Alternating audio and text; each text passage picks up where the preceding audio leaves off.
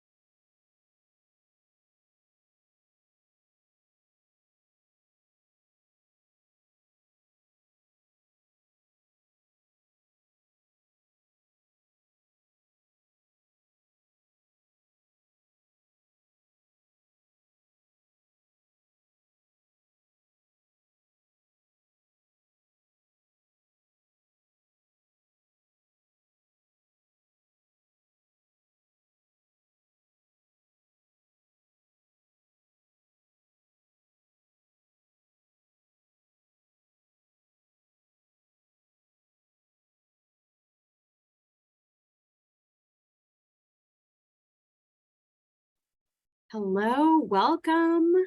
Thank you so much for joining us today. We have folks trickling in, so give us a couple minutes, we'll get started. We have a lot of great information to share with you today, and while we're all coming into the room, let us know where you're coming from and let us know what sort of a business you have, whether you already own a business or you're dreaming about launching a business. Tell us a little bit about yourself and your business so that as Claire is giving us all we need to know about protecting our brand, she can hopefully work in some examples that sound really familiar and will hit home and give you some great takeaways today. So again, thanks for being here. Go ahead and open up that chat box and let us know. And if you have any questions along the way, feel free to share those as well, and we'll try to answer as much as we can towards the end of the presentation.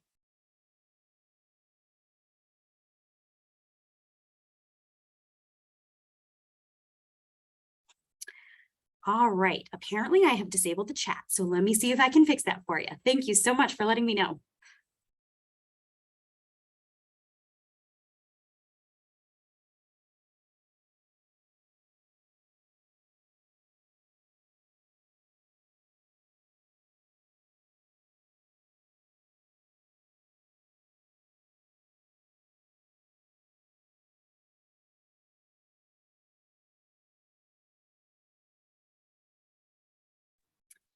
All right, so the chat should be up and running. I would love to hear where you're joining us from and what sort of a business you have already opened or you're planning to launch.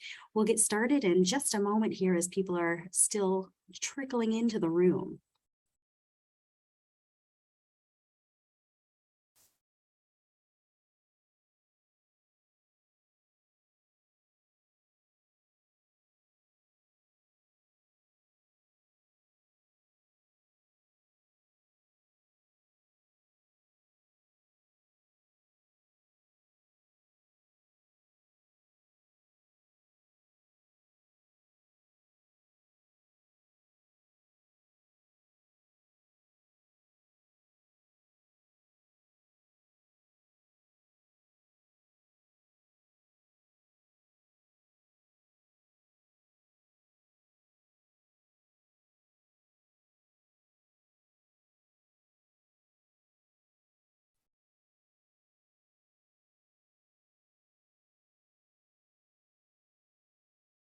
Well, good morning.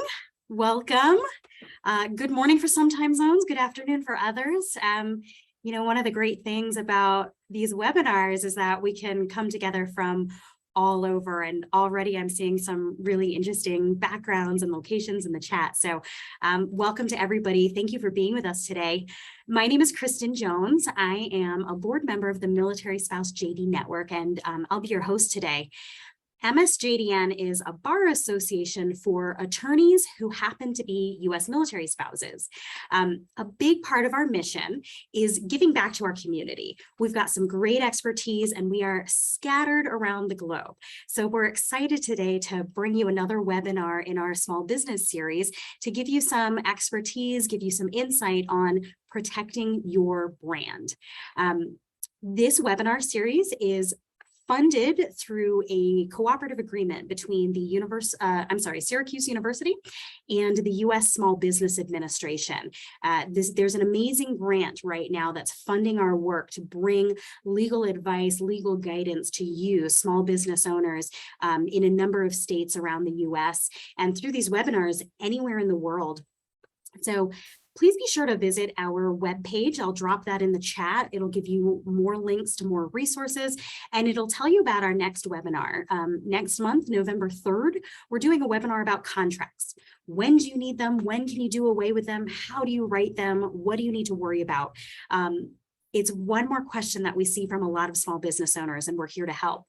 So again, as we're getting started, open the chat box, let us know a little bit about yourself and your business so we can speak to you and give you some ideas and some takeaways today. Also, if you have any questions along the way, drop those in the chat or in that Q&A feature at the bottom of the screen, and I'll be collecting those questions and I'll pose them to Claire at the end of the presentation. We will give you as much information as we can, probably too much, but we'll also send you an email after the fact. We'll give you all of these slides so that you have the websites, you have the information, you have the resources at your fingertips. So without further ado, I'm really pleased to present our speaker today. Claire Gibson is the principal attorney at the Gibson Law Practice, which is a boutique law firm providing domestic and international trademark and copyright prosecution, rights enforcement, licensing, and advice regarding intellectual property. And she has over a decade of experience in IP, so she works closely with emerging businesses and established businesses to help them develop, protect, and importantly, monetize that intellectual property. So in addition, Claire volunteers. She serves as an executive board member of the Military Spouse JD Network, and she's on the leadership planning committee for the National Conference of Women's Bar Associations. She is no stranger to sharing her expertise and giving back, and we're so pleased to have you today, Claire. I will go ahead and hand the program over to you. Thank you. Thank you, Kristen. I appreciate the intro. And I also want to take a moment to thank our sponsors, Syracuse University and the U.S. Small Business Administration. Being able to offer these programs to the community is so important. And so we're very grateful for them facilitating this. As Kristen mentioned, I have been doing this for a while. I started in 2005 at JPMorgan Chase as a clerk, working in trademark matters. From there, I did a stint at NBC Universal and then a couple of years at DreamWorks Classics. Obviously, those are large businesses. We did a lot of domestic and international portfolio management. From there, I focused on international prosecution on behalf of U.S. businesses seeking international registrations. And I was at a firm in California doing that for a number of years. For the last 6 years, I've been working for myself at Gibson IP, where we focus on a wide variety of issues for small, mid-size, and larger businesses. Most of our smaller businesses are obviously focused on U.S. brand management, whereas our larger businesses tend to actually be international businesses who are seeking U.S. registration. So if there's any question that you have, chances are I've already encountered it. What I want to do for you today is focus on 3 different segments of brand prosecution that you need to think about. We want to focus on before you submit your trademark application, the things that you want to do to save yourself time, save yourself money, and save yourself headache. The reason why this portion is very, very important and why I lead with it is because once you file the trademark application, there's really not much you can do to change it. The description of goods and services is essentially etched in stone. You cannot expand it in any way. And the mark as you've submitted it also cannot be changed. So you want to make sure you do your heavy lifting before the application is even filed. And we're going to talk about what that looks like. The second segment we're going to talk about today is what happens after an application has been submitted, what process that looks like, how long is it going to take the USPTO, what you can expect during that process. And the final segment that we're going to look at is how to maintain your registration once you have it. Make sure that it doesn't end up canceled, avoiding third-party attacks, and what you can do to grow and monetize your brand during that time period. Okay. So first things first, developing a strong brand that's eligible for federal registration. Now, not all brands are eligible for federal registration. Today, we're going to speak exclusively about brands that would be eligible for federal registration. Keep in mind that there are other forms of trademark registration, including state registration, international registration, and international registration is a broad registration covering multiple jurisdictions, and then single sovereign country registrations. Say, for example, if you operate a business where you also distribute goods and services in Canada, you would seek a registration there as well. So let's talk about what is a brand and what is a trademark. Often people use these terms interchangeably, but when we're speaking about trademarks and trademark registration, we're speaking specifically about a mark that has been registered as a trademark through a government entity, whether that is at a state level, federal level, other foreign jurisdiction, or internationally, as I mentioned. Now, what can be a trademark? Very often people think about the more common form of trademark, which would be a word mark, which is what we see most often. But trademarks can also be slogans, they can be designs, they can be symbols. More exotically, you can have sound marks, scent marks, color marks, and 3D shapes. So if you think about sound marks, not to age myself, but if anyone remembers IBM, for example, it always had that distinctive bell sound at the end of their commercials. That is an example of a sound trademark that was registered. In terms of a scent mark, Apple has a particular scent that they use in their stores that is registered as a trademark.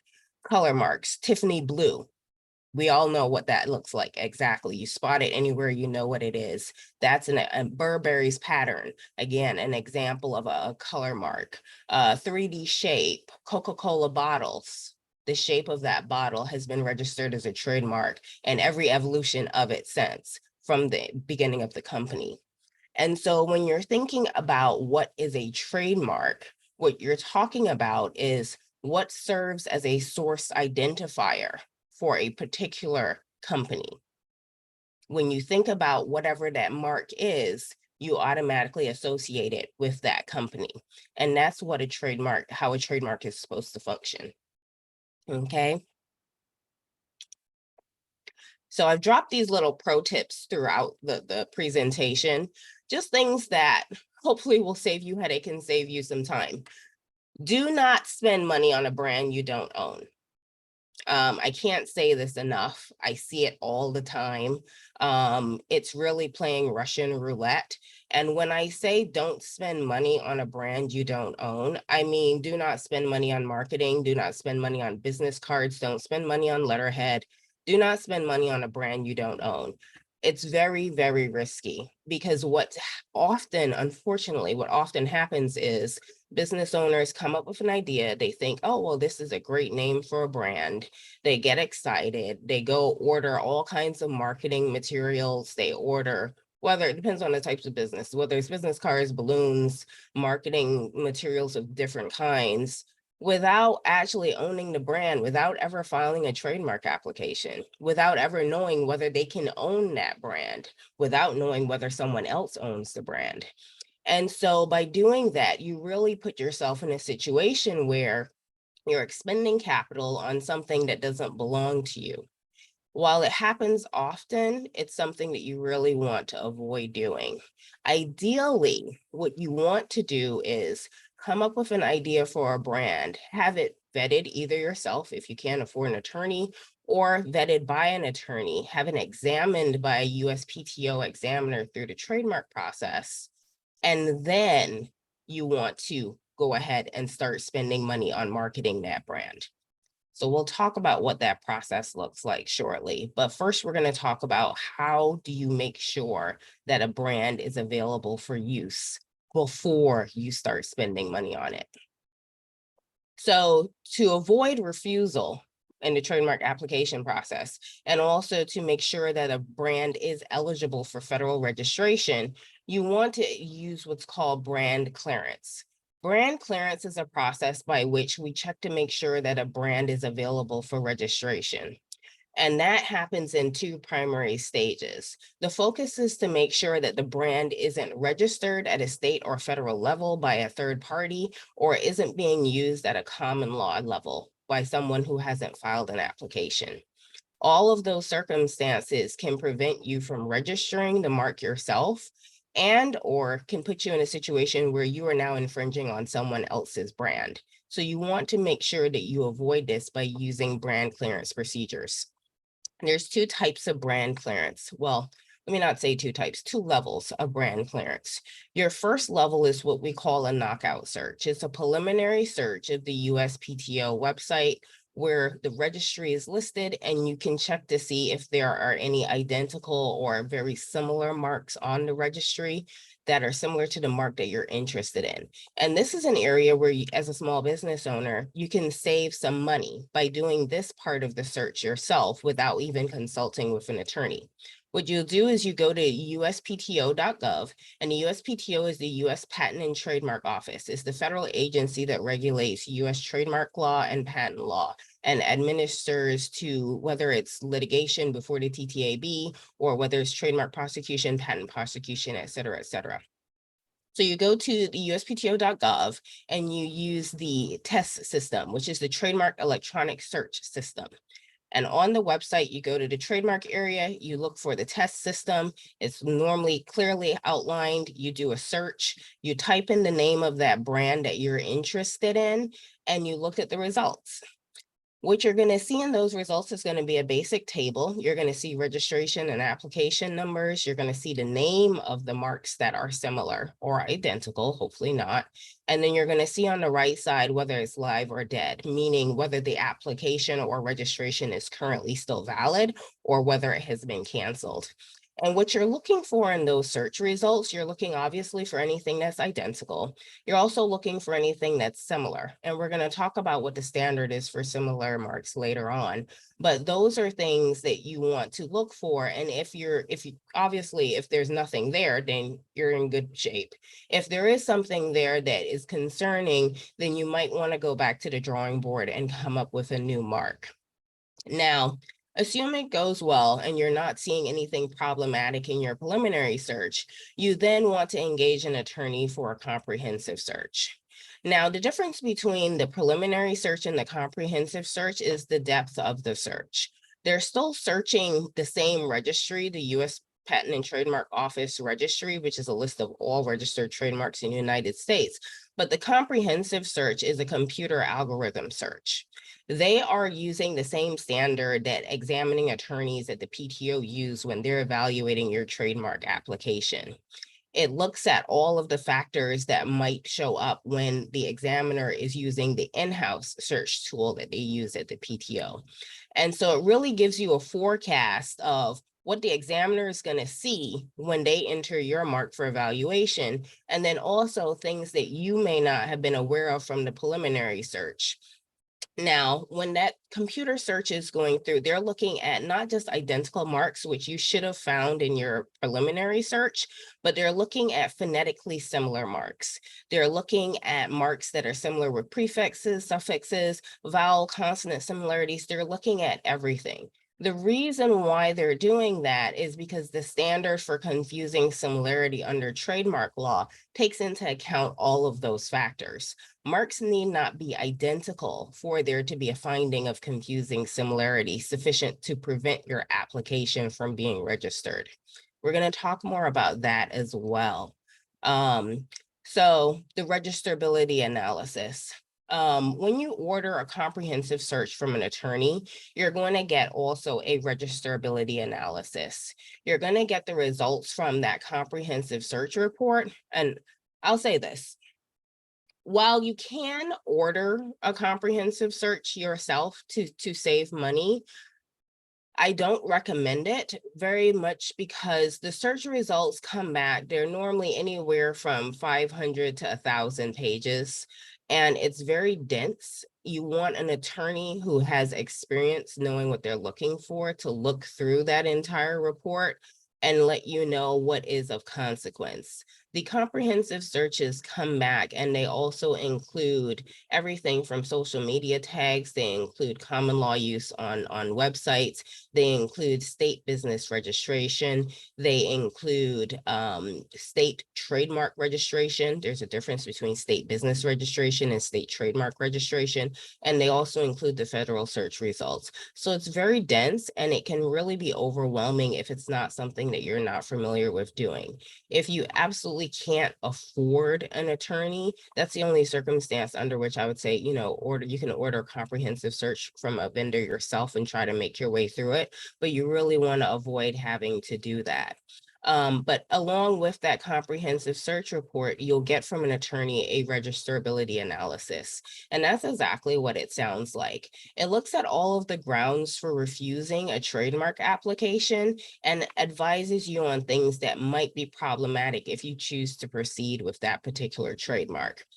So the first two here that are highlighted in red are two of the more common grounds for refusal at the PTO.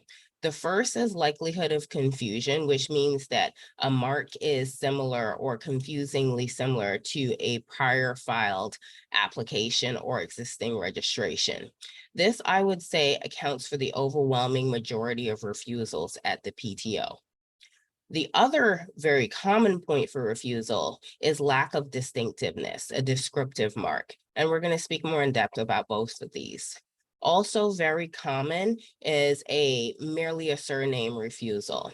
Marks need to be distinctive and a name by itself may not necessarily do that. There are ways to get a name registered, but it can't be merely a surname and it also has to be used in a particular way. An attorney would then walk you through whether your particular use, how you intend to use that brand, whether it would be applicable for registration or not.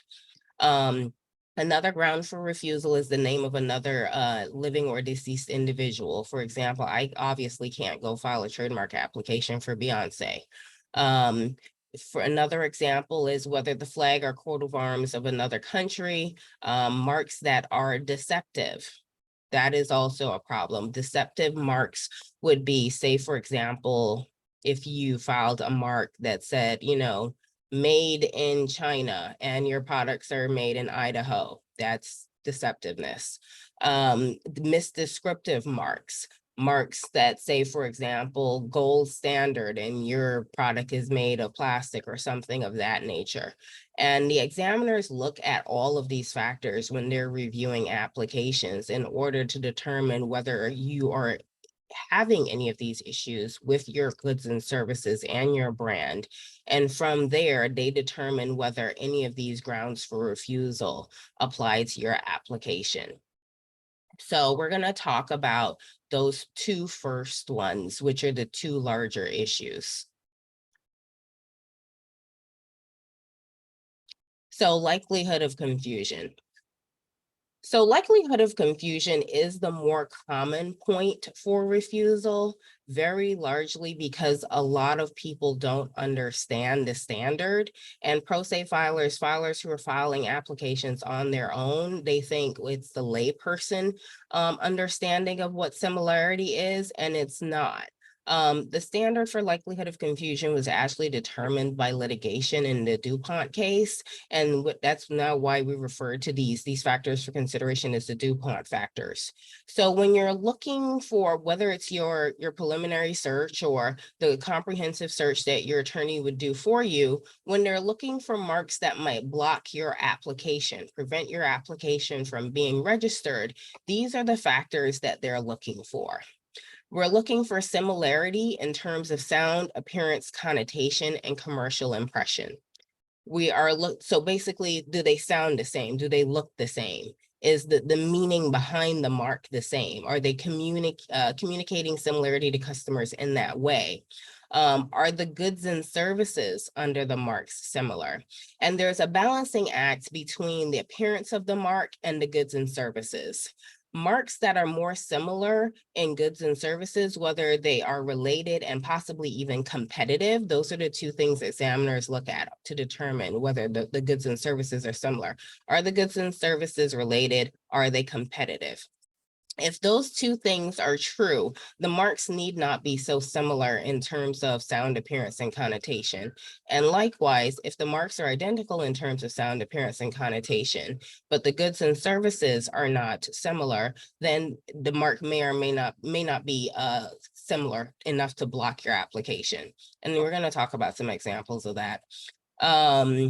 Likely to establish trade channels. Are your goods and services being sold in the same places? Are they likely to be seen side by side in the same markets? That is becoming more and more of a contentious issue in trademark law because of big box stores and stores like Amazon, where they sell everything from, men's underwear to faucets. So now you're seeing goods and services in the same places, whereas 15 years ago, if you went to a bookstore, it only sold books. If you went to a hardware store, it only sold hardware.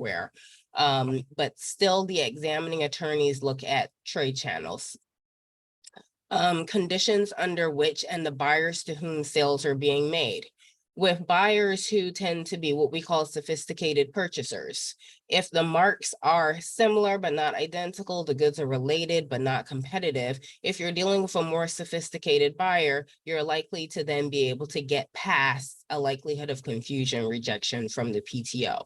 Sophisticated buyers tend to be referring to people who are purchasing specialized goods. So for example, a hospital administrator who is ordering, ultrasound equipment is not likely to confuse their ultrasound purchases with a brand that, say, is similar to sound equipment, something of that nature, even if the marks are the same. So something else they consider is the fame of the prior mark. When you have famous marks, like say Pepsi, for example, you're not going to be able to go register a beverage for Epsi, for example, simply because that prior registration is so widely known that it's very obvious that you're trying to use the brand's established reputation to market your own product. That is less so for brands that are not aren't what we call infamous. The number and nature of similar marks that are used on similar goods. This is really a question about the strength or weakness of a mark. If there are a number of similar marks used on similar goods, that means it's a weak mark. And so adding one or two more registrations to the registry that are similar, what we call a crowded field, isn't going to make a difference. That increases your likelihood of getting your mark registered. The nature and extent of actual confusion. This is if the marks have already coexisted in the marketplace. If they've coexisted in the marketplace for a number of years and there's never been any issue of confusion between customers, then that will also increase your likelihood of successful registration. The length of time, duration, and conditions under which there has been concurrent use without evidence of actual confusion. Again, they're talking about what trade channels have these marks been used in? What kind of marketing has been done? Have customers been exposed to both marks and yet have avoided confusing them? The variety of goods on which the mark is or isn't used. That's exactly what it sounds like. The market interface between the applicant and the owner of the prior mark. Again, how are these goods and services coexisting in the marketplace? the extent to which an applicant has the right to exclude others to use of its mark. That's a question about the strength of the prior filed mark, the existing registration.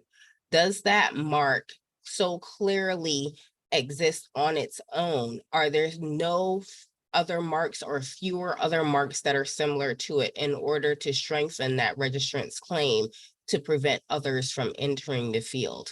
So it's the exact opposite of this earlier point, the number and nature of similar marks used on similar goods. In this case, if there are a number of marks that are in the registry and they're similar, then you're less likely to have an issue getting yours registered.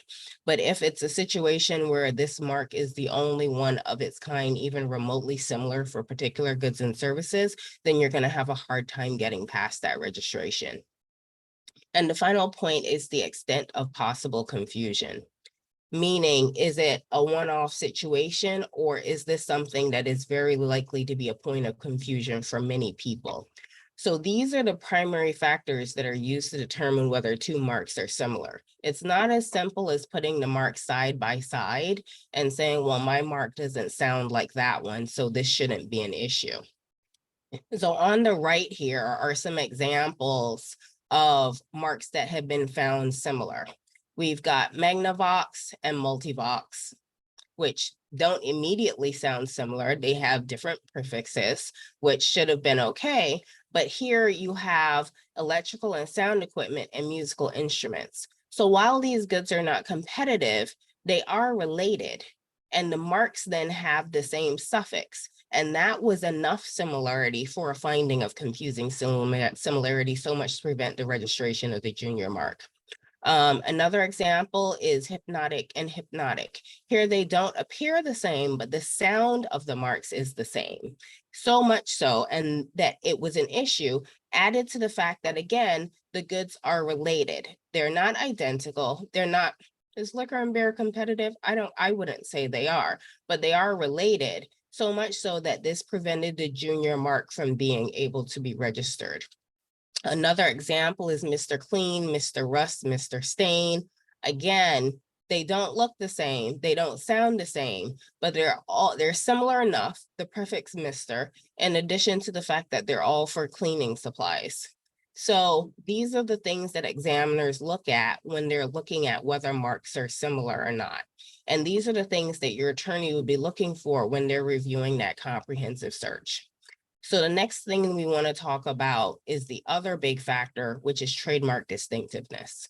This is another point that you can focus on independently before you ever speak to an attorney. And this will also save you time and money in the long run. Here on the right side in red, you have marks that are least distinctive. This is where you don't want to be. Generic marks are not registered. Well, I can't even call them generic marks. Generic terms are not eligible for registration at all. They're just a no-go. By generic, I mean things that are the common word used for a particular good or service. Descriptive marks can sometimes be registered under very particular circumstances. One, if that mark has been in use for 5 or more years and has acquired distinctiveness. In order to show that it's acquired distinctiveness, you literally need to provide market research, customer affidavits, et cetera, et cetera. Or what I didn't mention here was that if you file an application for the word mark that also includes a design, whether the text is stylized or you include an icon, then you can acquire registration. However, the registration would not apply to the descriptive text of the mark. You would not have exclusive ownership of those words. Your ownership would extend only to those words as they are displayed on that mark. And sometimes that's enough for business owners. It really is a case-by-case situation and something that you need to, I don't recommend going that route, but if you're in a situation where you have to go with a descriptive mark, there are workarounds, like I mentioned, that you can talk to an attorney about. Whether it's worth it spending the money on it also depends on the circumstance. But on the other side of the scale, this is where you want to be. You want to be in the most distinctive side, the registerable side, with your gold standard, your silver and your bronze standard here, your fanciful, arbitrary, and suggestive marks. So let's get into what those are. So the gold standard is fanciful marks. These are marks that you really want to, if you can, get into that category. Reason being, they save you time and money in the long run. Not only are they more likely to be successfully registered, you also have an easier time policing those marks over the lifetime of the registration. You're going to spend less money on enforcement. You're going to spend less money on cease and desist letters. You're less likely to have people attempting to infringe your mark because it's such a strong mark. Fanciful marks are marks that include coined, created words that did not exist in the English language or any other language before you created it. So examples of those are Xerox, Kleenex, Microsoft, Kodak, Google, Tesla, Unilever. None of these words had any meaning until a company created the word and built a brand around it. Now, the other part about this, the downside of these types of marks is obviously they do not communicate to a customer at all what it is that these services are. And that can be a lot harder for small businesses who are trying to catch attention of customers, who are trying to get people in the door. And it is something to consider whether you have the branding and the money behind you to do the type of marketing that it takes to build a fanciful mark. But in the long run, whatever you spend upfront in developing that mark, you're going to get it back on the back end when it comes to enforcing. The next step down are what we call arbitrary marks. Arbitrary marks are also more likely to be successfully registered, and they're also pretty easy to protect for the lifetime of the brand. These are marks that exist whether in the English language or a foreign language already, but they are not at all related to the goods and services under the brand. They are not descriptive. They are not generic. So examples of that include Apple for electronic devices. Apples have nothing to do with electronic devices. Ivory for personal hygiene products. Amazon for an e-commerce store. Dove for personal hygiene products. Again, examples of words that existed in a human language, but are then used for goods and services that are completely unrelated to the traditional common meaning of that word. And so that is your second standard. I find that small businesses tend to do better with arbitrary marks because they're not completely starting from scratch, trying to invent an entirely new term. But they still have the advantage of getting a really strong mark that is not descriptive of their goods and services, which they can get past an examiner and get a registration, and which they can police with somewhat ease once the company is up and running. And so the lowest standard on the registerable side is what we call suggestive marks. And where they're called suggestive marks is because they suggest the nature of the goods and services that are under the brand. These are weaker marks. They are more difficult to protect because they're going to use terms which competitors are also going to use to describe the same types of goods and services, because again, they suggest the nature of the goods and services. But some strong examples of suggestive marks are 7-Eleven for a store open 7 a.m. to 11 p.m., 7 days a week. Copper tone for sunblock, implying, color of skin, degree for deodorant that works as the temperature rises, et cetera, et cetera. So those were smart examples of suggestive marks that still built very strong brands. It really is a matter of the balancing act that you want to have between when you want to spend your money. Do you want to spend it on building a brand, or do you want to spend it on policing a mark after it's registered? And then keep in mind also, and I often suggest this to small business owners, your house brand, your primary brand, does not have to be carrying all of the heavy work when it comes to your marketing. You can have a fanciful house brand, but then also have a slogan that is more suggestive or even descriptive. One example of that is Bounty paper towel. Bounty has literally nothing to do with paper towel. It is what we call an arbitrary mark. But then they have the tagline, the slogan, the quicker picker upper, which then suggests, that's a suggestive brand, suggests what type of service, what types of goods Bounty actually is. So keep in mind, you can have a combination. You can have a fanciful or arbitrary house mark, and then also have a suggestive or even descriptive slogan. You're not locked into just one choice. So now, even though I think I am, yep, the time is just going. I'm going to run through the federal application process and also get to hopefully the maintenance topic. So you're aware of what you get into once you have your registration. But very quickly, I'm going to talk about the application process. Now, there are two types of federal trademark applications. There's the actual use application and the intent to use application. You'll remember in the pro tip that I mentioned earlier when I said, don't spend money on a brand you don't own. If you develop your brand first, the ideal way to do this, develop an idea for your brand, you do your preliminary search. You then contract with an attorney or you order a comprehensive search yourself, and then you decide to file your application. You're not yet using your brand in commerce. You haven't spent any money on it. You're not marketing it. That is what we call an intent to use application. Okay, that's the way the trademark process was initially designed to work. Alternatively, for many people, very often when they're starting out, they don't think about trademark ownership. They launch the brand, they spend the money on the brand, they're using the brand, and then a year or two later, they think, oh, wait, trademark. And those are what we call actual use applications, where the applicant started to use the mark prior to filing an application. The application process for those two types of applications are similar but not identical.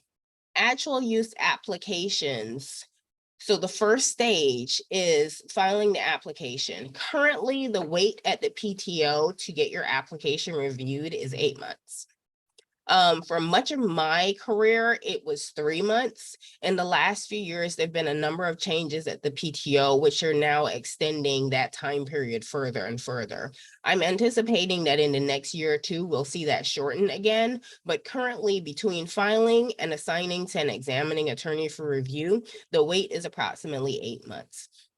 That process is the same for an intent to use application as well. You file the application and you wait. Now, at this stage, the only difference is if you're an actual use application, you're going to submit what we call a specimen of use in commerce along with your application, which is evidence that you're already using this mark. If you're an intent to use applicant, obviously you haven't started using the mark yet. You don't have that evidence. With the actual use application, the examination process is approximately 3 months between when it's assigned to an examiner and when the examiner reviews and issues a report or approval of your mark. The same is true with the intent to use application. Likewise from there, now, this is assuming there's no refusals. Both of these timelines are set up to assume you don't receive a refusal. If you are going to receive a refusal from the examiner, this is the phase where it'll come during that USPTO examination report. And we'll talk about what that looks like as well. But this is assuming you have a well-prepared application, you've done your brand clearance, you've done your registrability analysis, you've put together a great application, the examiner has no refusals. The next stage from there is publication. We'll also talk more about what the publication phase includes, but this is a period where your mark is published for opposition by third parties who object to your ownership, in short. But here's where these two stages differ. So for actual use applications, from the publication phase, you then go straight to your registration certificate being issued, and that takes about 1 to 2 months after publication has closed. But with your intent to use applications, and I consider this to be a real value for mark owners who have taken the time to develop their brands first and then have them examined before using them. You have the statement of use filing period. And initially, you'll be granted 6 months to provide evidence of use in commerce. But that 6 months is extendable for up to 3 years, 36 months, for you to show evidence of use in commerce. In the meantime, though your application's pending, no one else can file an application for the same or a similar mark because you have priority rights. So you've essentially etched your place in line and your claim of ownership to this mark, and you have an extended period of time to then develop the brand, and you know you're going to own it because it's been examined by an examiner, it's been published for opposition, it's cleared for you to own and for you to use. So this time period here is very, very useful for brands that take the time to clear their marks before they start using them in commerce. The PTO gives you plenty of time to then, after the examination process, start using your mark in commerce. So pro tip.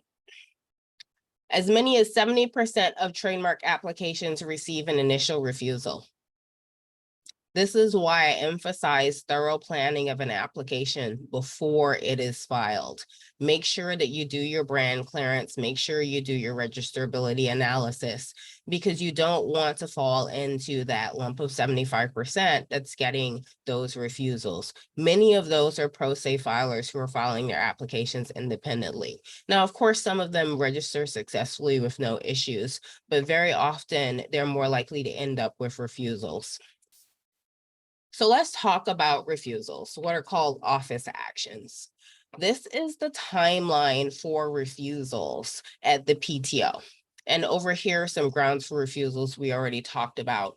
But so the first refusal, you have 6 months to respond. If the response is not adequate, meaning more often than not, it will be a substantive issue, like likelihood of confusion or lack of distinctiveness, like we discussed.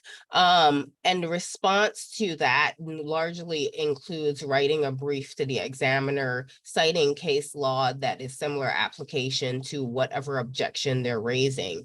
And if that response is not satisfactory, the issue is going to be made final with another refusal, and that'll be the final refusal. Again, there you have 6 months to respond.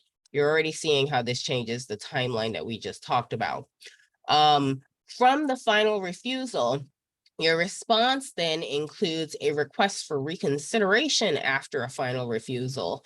And I like to throw in an appeal to the TTAB.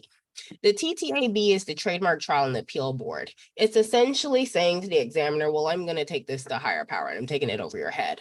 The TTAB is a board of judges that reviews the application and the examiner's refusal to determine whether their refusal is valid or not.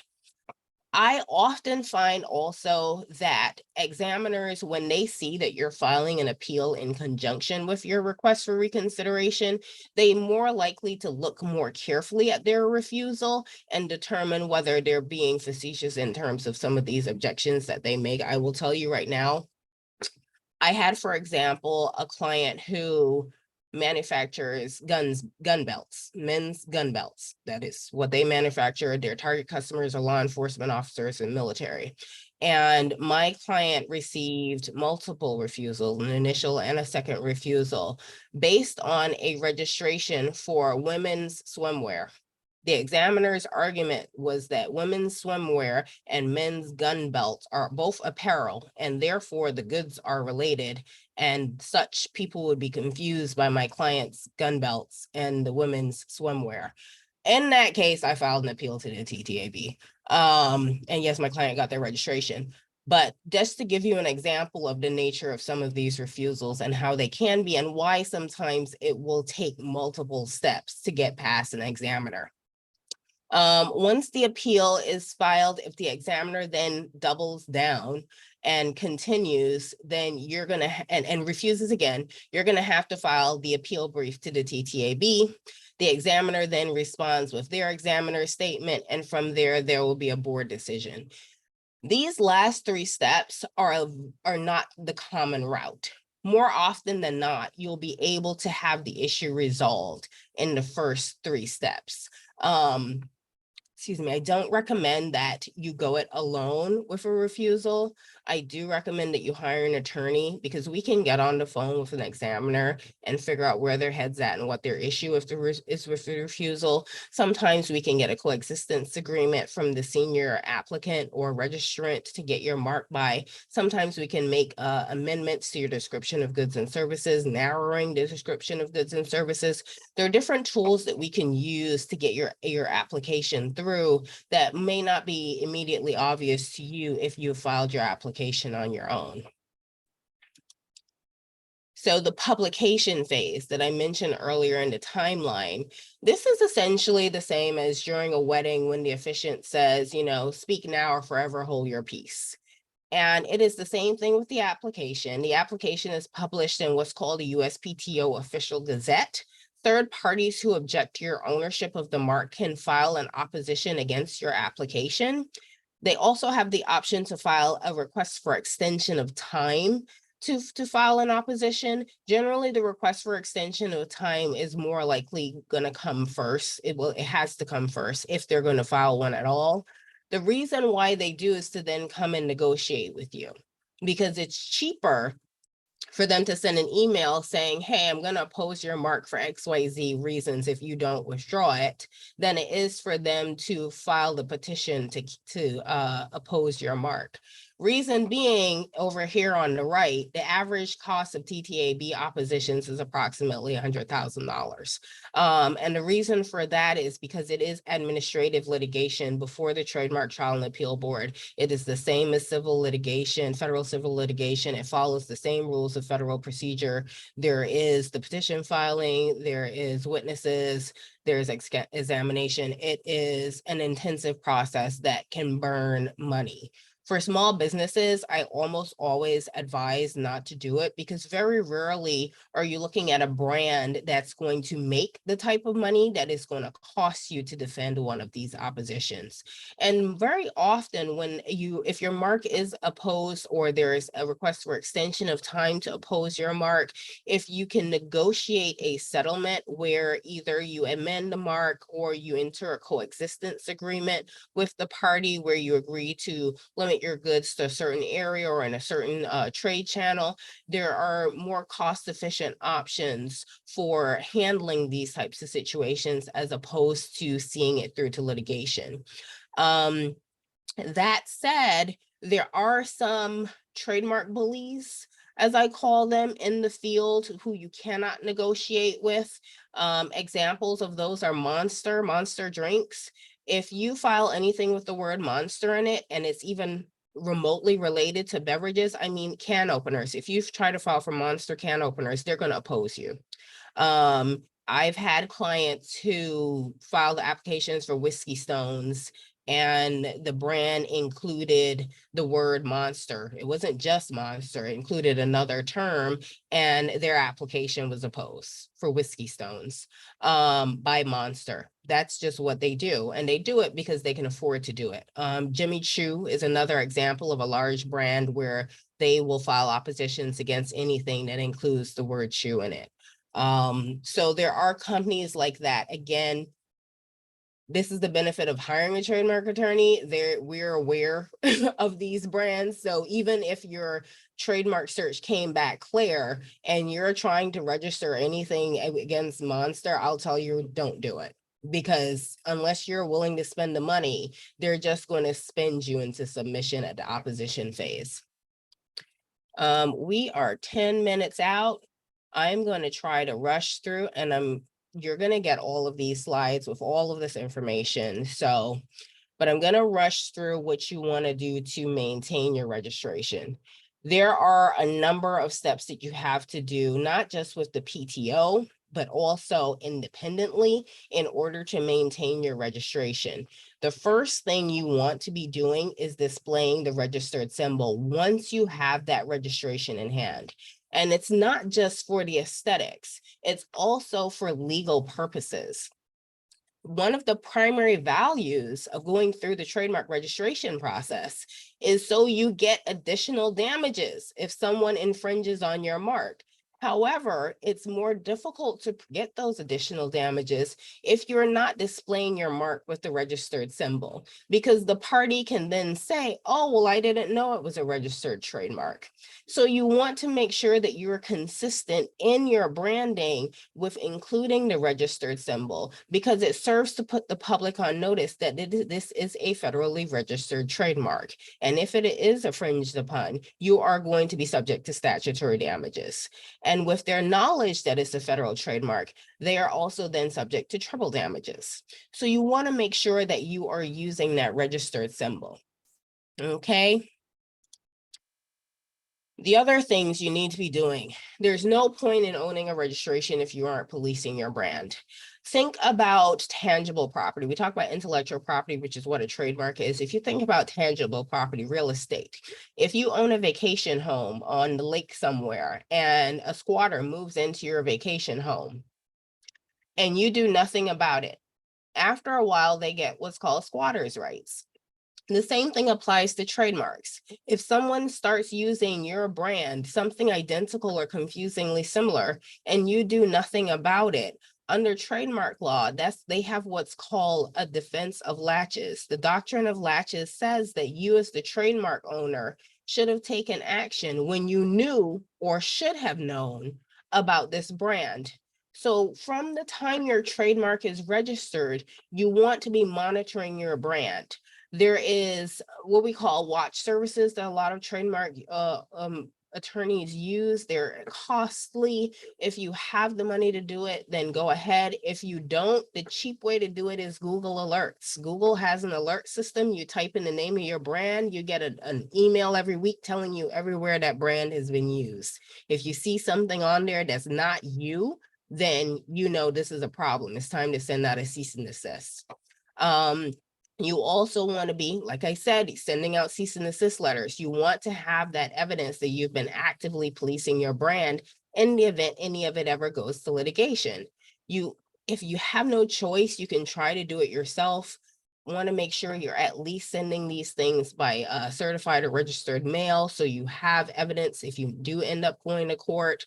Something else you want to do, you now, as the registration owner, you want to be filing oppositions. We talk about what it is like to receive an opposition when you're an applicant.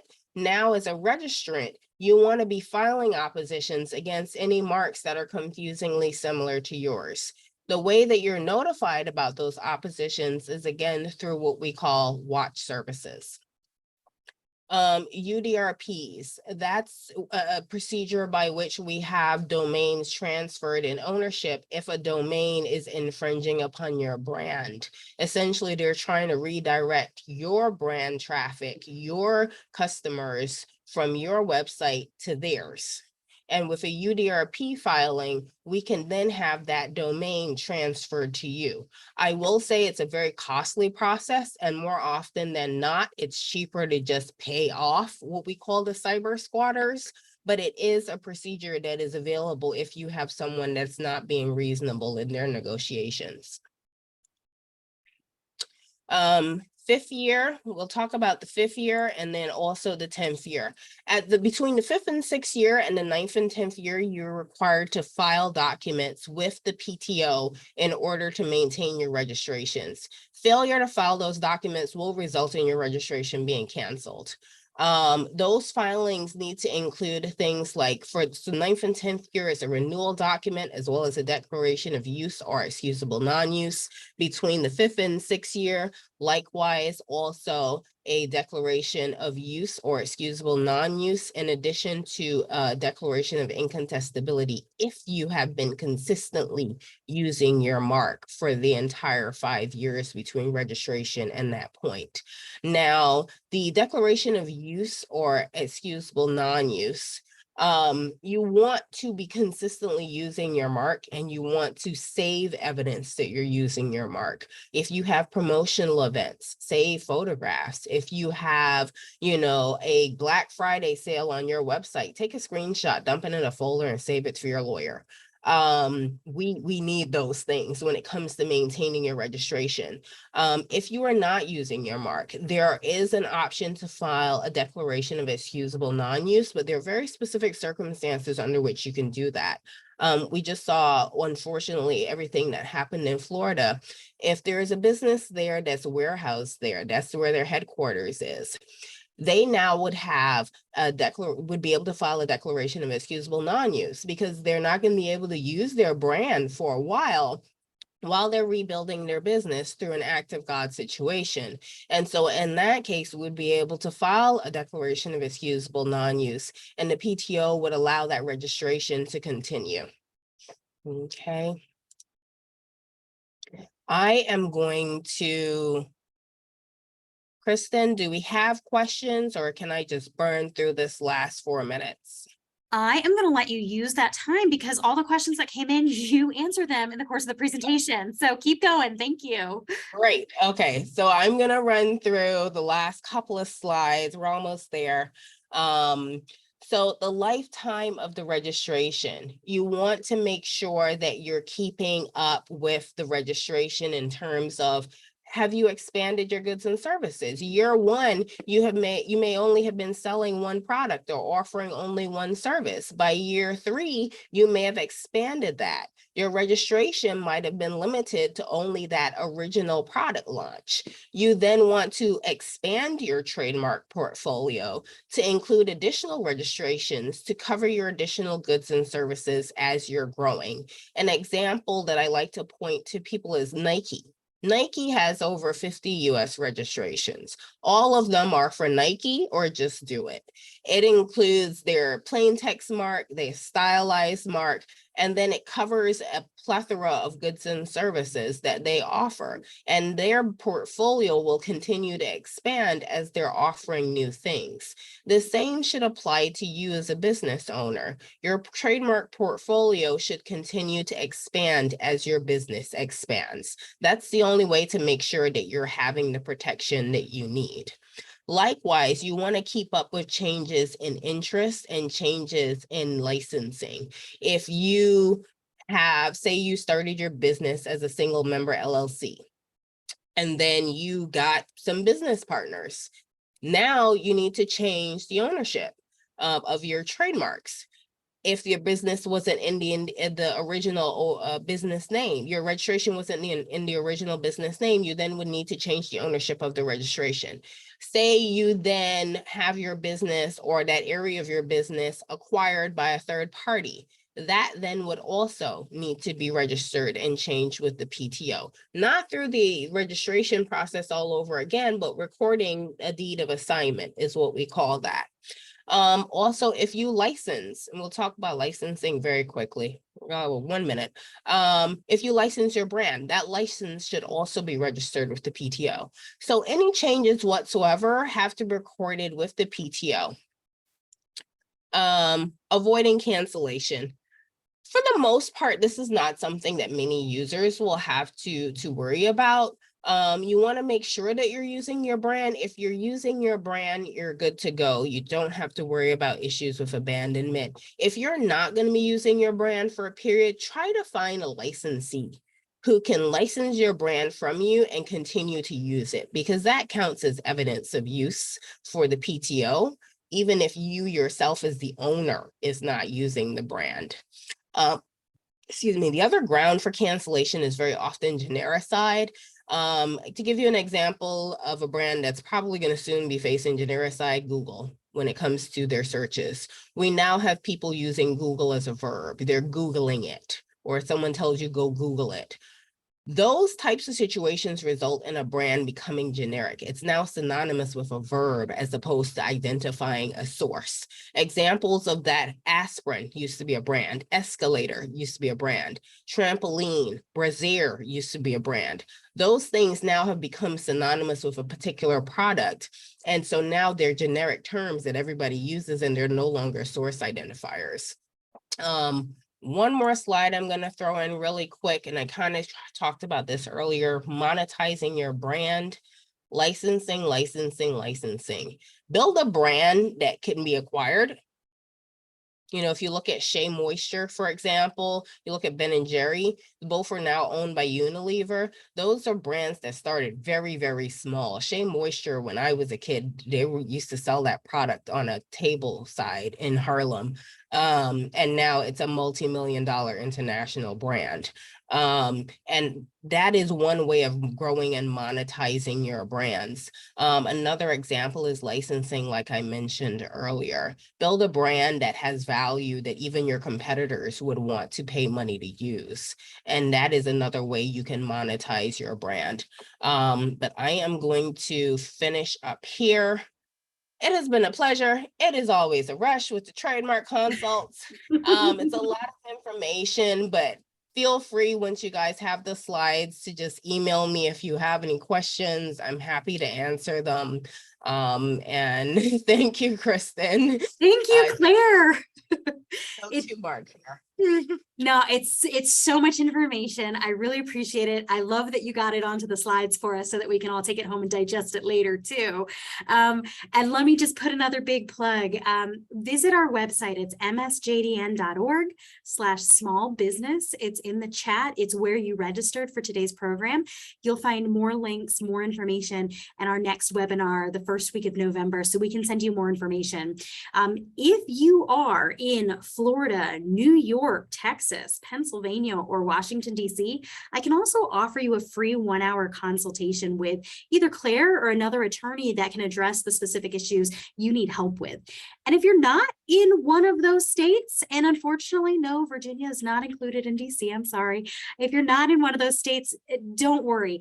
There is a lot of grant money out there right now. Here's the biggest takeaway. There's a lot of resources for you. So find your local small business administration office or a small business development center and pick up the phone and ask them, what have you got? They have financial counseling, they have trademark counseling, they have incorporation counseling, they have all sorts of information and resources. And if MSJDN doesn't cover your geographical area, they'll point you to the local folks who can help you out. So jot down this website before you sign off, and be sure to look for our future webinars. And again, thank you so much to Claire, and thank you for joining us today. We really appreciate it.